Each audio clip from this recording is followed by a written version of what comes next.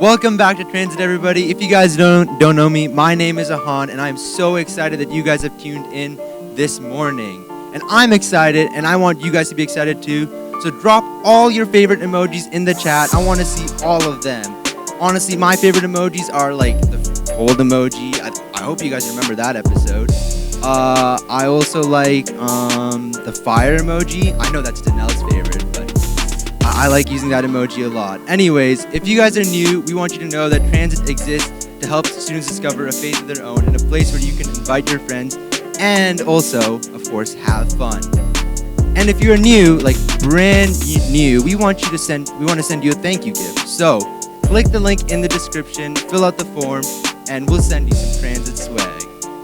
Anyways, if you enjoy our videos, we want you to know, make sure to hit the like and subscribe button and ring the notification bell so you know when our weekly Sunday videos are coming. So now let's get into our game. So our game today is called Real or Fake Superheroes. Sorry, my bad. I sound like a game host there. Anyways, I'm not gonna lie, before we get into this game, we'll just get right into the instructions. So you think you know your superheroes? Try and guess if these comic heroes are real or fake. Now, before we get into this game, how many of you guys are Marvel fans here? Marvel or DC? Let me tell you, I am a huge Marvel fan. I mean, I've watched every single Marvel movie, I kid you not. I've watched Spider-Man, Thor, Iron Man, Captain America. You can quiz me on anything, I promise you, I will know the answer. So, let's see how good I am at this. Let's get into the first one. Donut Defender, real or fake? See, Donut Defender does not sound like a very intimidating superhero name. Like if you go out and you hear, oh my goodness, guys, the Donut Defender's coming. Like, what are you gonna cower in fear or something? I mean, I wouldn't feel like, if I was in danger, I wouldn't feel very, very relieved if I hear, oh my goodness, guys, the Donut Defender's coming. I'm not gonna lie. Anyways, what do you guys think? Is he real or fake? Drop it in the chat. Let us know. I'm gonna say it's fake. I don't think any superhero should be named the Donut Defender. I really hope we have some better names. I mean, like Spider-Man, Iron Man. I mean, those sound intimidating. The Donut Defender? Whatever, I guess it's you do you. Let's see the answer. Fake, of course. I knew it, fake. And see, we got this must be the Donut Defender. I mean, anyways, yeah, I knew he was fake. There's no way there's someone actually named the Donut Defender. Let's get into the next one. Arm Fall Off Boy? Is that not a music group, Fall Out Boy? Arm Fall Off. There's no way.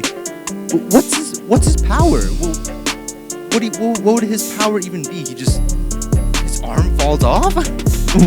What is he supposed to do when he saves it? No. I'm let us know, but I mean, I'm going with fake again, man. I mean, there's no way that Arm Fall Off Boy is actually a real superhero name. So let's see the answer. Real? You're telling me Arm Fall Off Boy? Someone needs to do their research and Google what this dude's superhero power is, because I cannot see someone named Arm Fall Off Boy coming to the rescue. Okay then, let's get into the next one.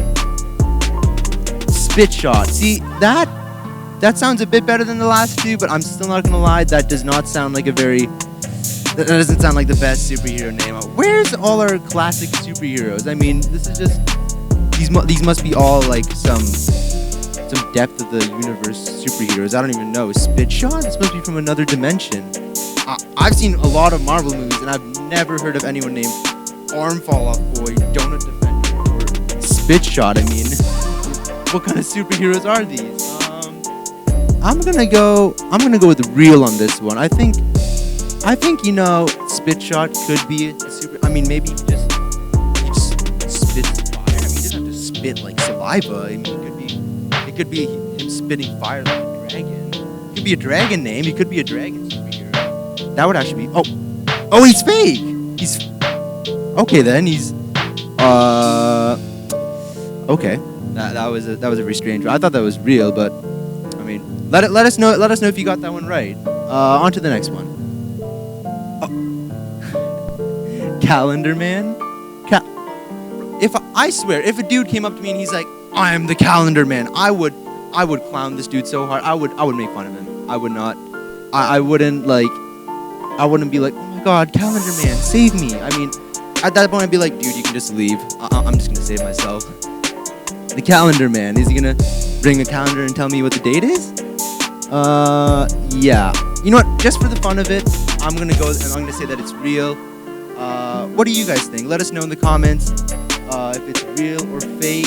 Let's see what it is. Real. I knew it. I knew it. I know these questions like by heart now. I mean, like I know what's real and what seems to be fake. Like I know that like even the most absurd things are fake, and the most like realistic things the most absurd things are real, and the most realistic things are fake. You know what I'm saying? Like you've seen these videos long enough, you would know. Squirrel Girl. See that I think I've actually heard of Squirrel Girl in a Marvel movie. I think in like a Spider-Man cartoon I must have seen her or something. I could believe that that's an actual superhero. Maybe she's from Zootopia. I mean, we'll have to see. I'm gonna go with real on this one, just because it sounds like an actual superhero name. Come on, guys. What do you guys think? Let us know. Real or fake? Let's see. Squirrel Girl, real or fake? Let's see what the answer is. Oh, and it's real. Okay, real. Squirrel Girl. I got that one right. I had a feeling about that one. I think she's in Marvel actually. I've heard about her. Yeah, let's get on to the next one. Killer Kangaroo. Now this is our last one, so we need to get this one right, just to end it off on a good note. You know what I mean? Yeah. So Killer Kangaroo. There's a spelling error there. Killer with 3 L's? Nah, man. Killer is spelled with 2, or maybe that's his name. Maybe his name is spelled with 3. That actually sounds. That sounds pretty like. That's a good name. I actually like that one.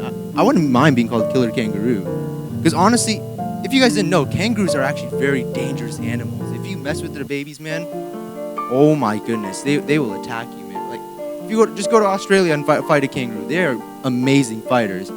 That sounds like a sick name. I would love to be called Killer Kangaroo.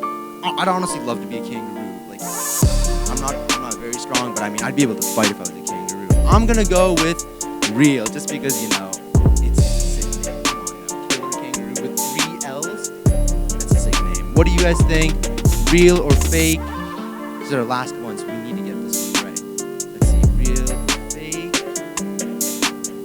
Fake! Oh my God! Oh, see, this is what I mean. This is definitely a kangaroo in Australia. This guy's buff. I am no way. This guy would kick me in a fight. Like, there's no way I would ever be able to win in a fight against him.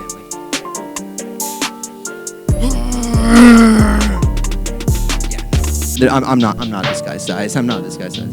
Fake, but look at this guy. Yeah, even the game knows this guy is buff. Anyways, that was our last one. I hope you guys got enough right. But moving on to our message, today is week 3 of the Big Questions, a series that we've started here in Transit. Last week we talked about proving that you're enough and that you are amazing and no one else can change that. So sit tight for this message, get comfortable. And before we head into it, I'd like to pray. Dear Father God, thank you for everyone who is watching today. I pray that you speak to us through this message. Amen.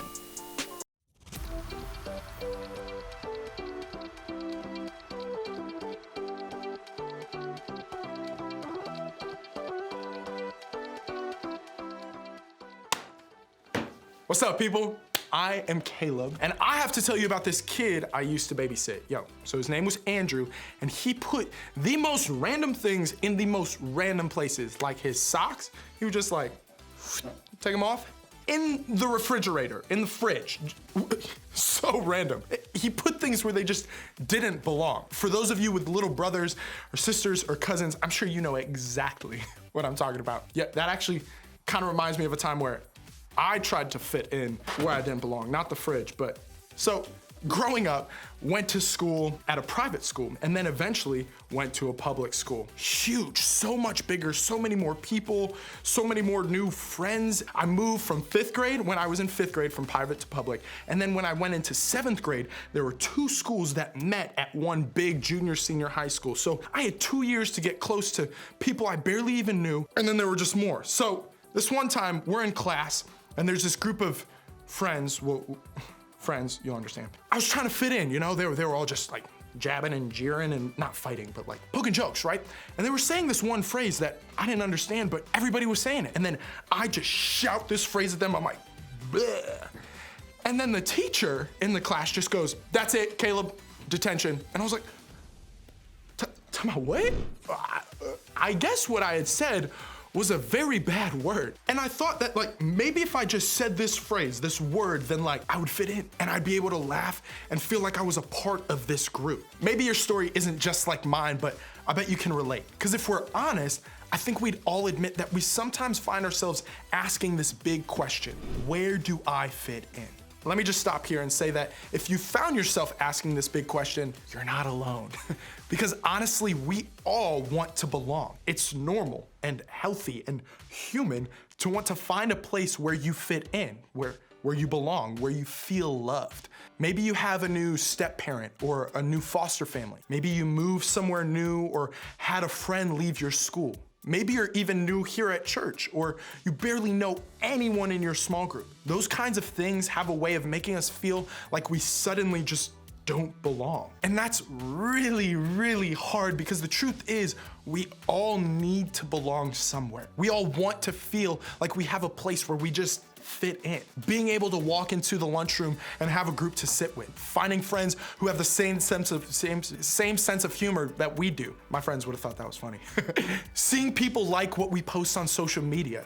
Being on a sports team that supports us on and off the field. Feeling like our family is happy to see us when we come in the door after school. Having friends who we play video games with after school or on the weekends. Being able to give advice or help out a younger sibling when they need it. Having a small group here at church who supports and encourages us.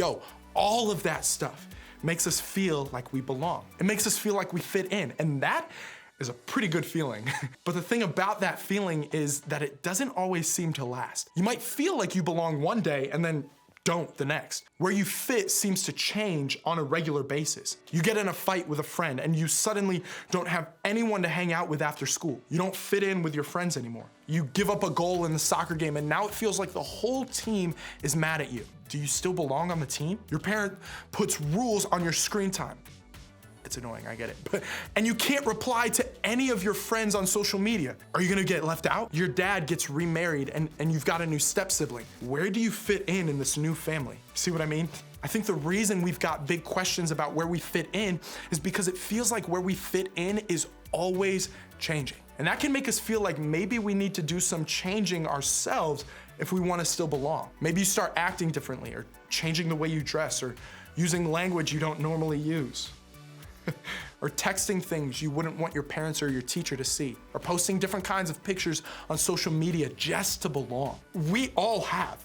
It's like we're saying, the real me isn't fitting in right now, so this is the new me that I think will belong. But the thing is, that isn't the real you. Like, at the end of the day, we all want the real versions of ourselves to be the ones that people love and accept and know. We want to belong as we really are. But if we're honest, we'd probably say we're afraid that will never really happen. And that leaves us asking this big question again, where do I fit in? And when it comes to our biggest questions, we need better answers. So today, we're gonna look at a historical record found in the second part of the Bible in a book called Acts that I think can help us answer this big question. What's cool about Acts is that it was the very beginning of the early church's story. It highlights some of the heroes of the Christian faith who followed Jesus' teaching and made it their mission to share it with the world. And one of those people was a guy named Paul. When Paul started following Jesus, everything in his life changed. Because of that, he wanted everyone to know about everything Jesus did for him. So Paul traveled to new places to tell new people about Jesus. But there was a problem. All of the original followers of Jesus were Jewish. That means they were raised going to the temple and hearing stories about how God would send someone to save their people. And when Jesus showed up, they realized he was the one they'd been waiting for. But when these Jewish followers started traveling and sharing the message of Jesus with others, they ran into a group of people called the Gentiles. Now, the Gentiles were not Jewish. They were people who had all sorts of views about God and ways of worshiping other gods. They weren't believed to be in the group of people God promised to save through Jesus. And because of that, some Jewish leaders thought this message of Jesus wasn't even for the Gentiles.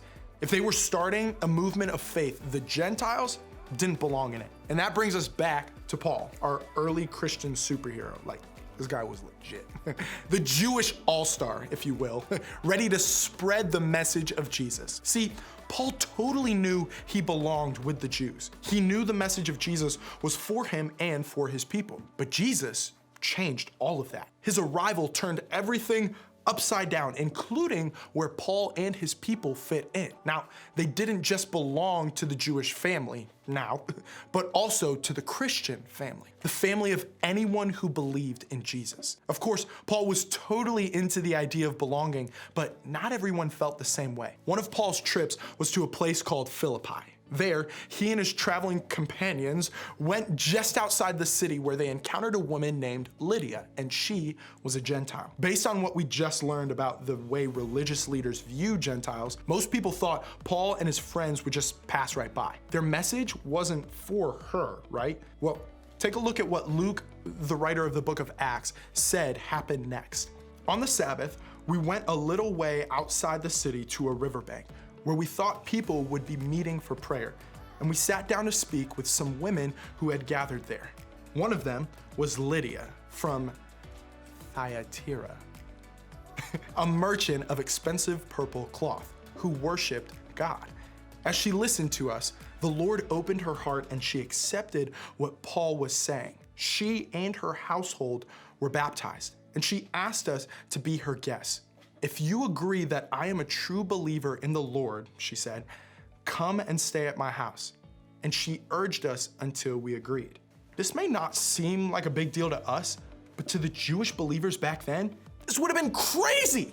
Like, not only was Lydia a Gentile, but she was also a woman. And as a woman in that time, she didn't have a lot of power or influence, but there she was, listening to Paul share the message of Jesus. What he said had an impact on Lydia, so much so that she wanted to follow. She wanted to join the movement. She wanted to be in. She wanted to belong.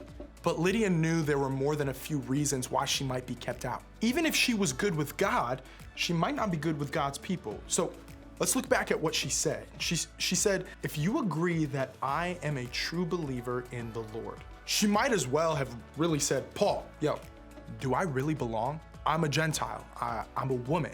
I have every reason to believe that you won't think I belong, but I also have faith. Is that enough? Can I belong with God's people? Is my faith enough?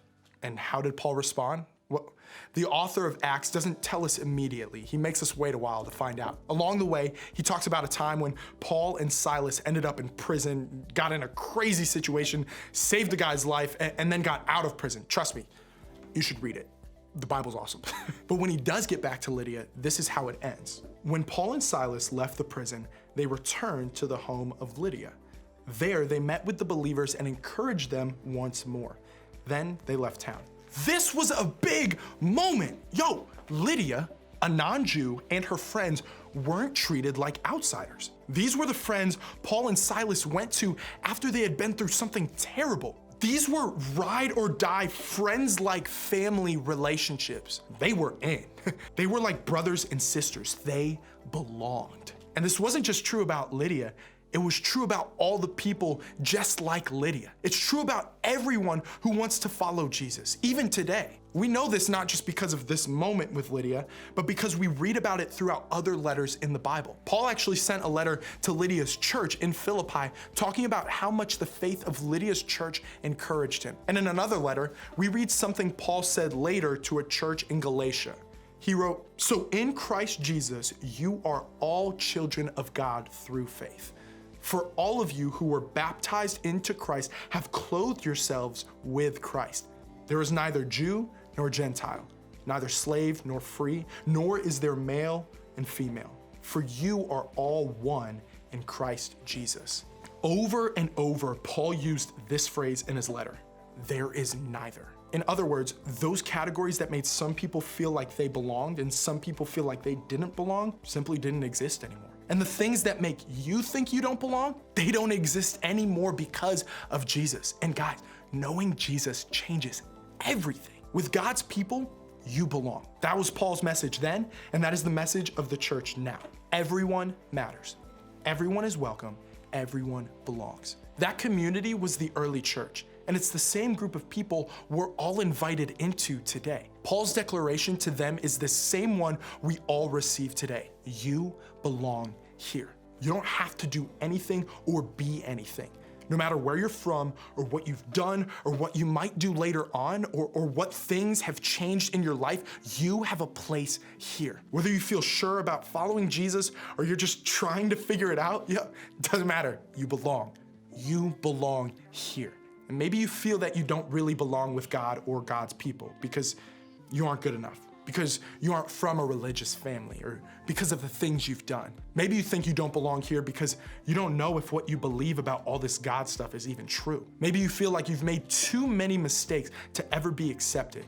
Well, if you leave knowing one thing today, please let it be this: you belong here. You have a place with God and with other people who follow God. You belong here. So, as we struggle with the big question of where we fit in, remember that truth, and then commit to trying something this week. First, take a step towards being more yourself. You don't have to do all the right things, say all the right things, or act a certain way to belong. You can be a part of this Jesus-following community just as you are. Be you. Our goal is for you to feel welcome here by just being your unique self. What does being more of yourself look like? Well, it could be opening up to a friend in your group or to your group leader. It could be asking the questions you've been afraid to ask. It could be sharing what you really think instead of what you think you should say. We want to be a church filled with all kinds of people, and that means we need you to be you. Second, take a step towards someone else. How can you help someone else feel like they belong here? Maybe it's being the first to say hi to someone, or inviting someone to sit by you, or introducing someone who's new to other people in your group. How can you help someone else feel like they belong? Third, take a step towards Jesus. I have no more shoes.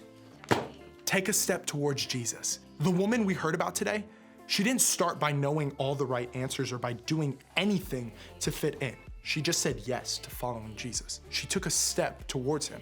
That's all she had to do to recognize that she belonged with him. So I want you to try to do the same. Maybe for you, it's praying for the first time, or reading the Bible, or asking your group leader to talk about this stuff with you. Maybe it's just deciding to keep showing up here, even when you're not sure how you fit in. Whatever it is, commit to just one step in the direction of the God who loves you and has a place for you to belong. Like I mentioned earlier in my very emotional story, I ended up getting detention. I ended up having a lovely conversation with my parents, in which, honestly, it was kind of lovely, in which I realized, Caleb, they basically say, Caleb, you don't have to do all this, man. You don't have to say this certain thing to fit in. Caleb, you're good enough. Man, it didn't click too well then, but it does now, that even at church, I had an amazing group of friends that I didn't need to put on for. I didn't need to say that certain word or certain phrase to fit in. And it made me think,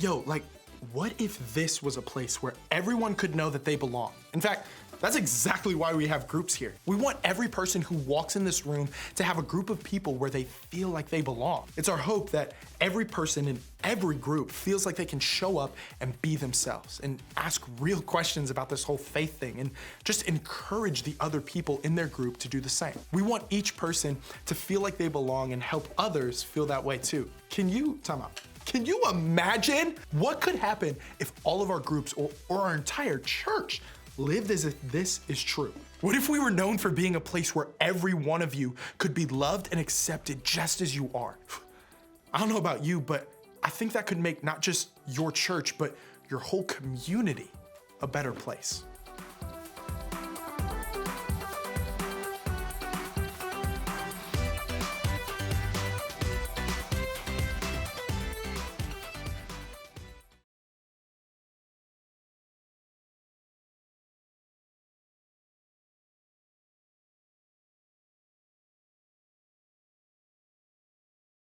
Wow, what a great message. I especially love that bottom line, you belong here, because it doesn't matter what race you are, it doesn't matter what gender you are, you belong here, and you are loved and cared by Jesus.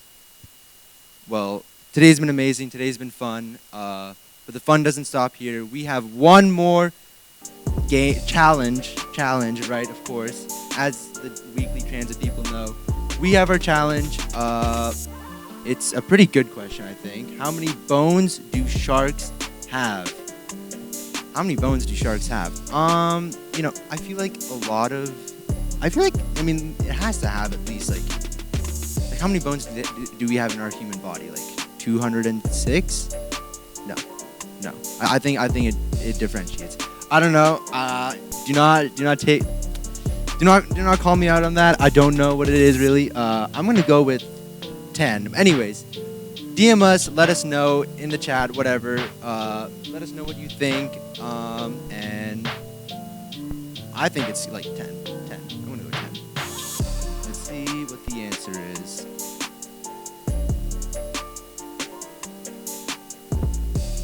Zero. Sharks have no bones in their body. That is insane. Anyways, hope you guys have an amazing weekend. We'll see you next week. Peace.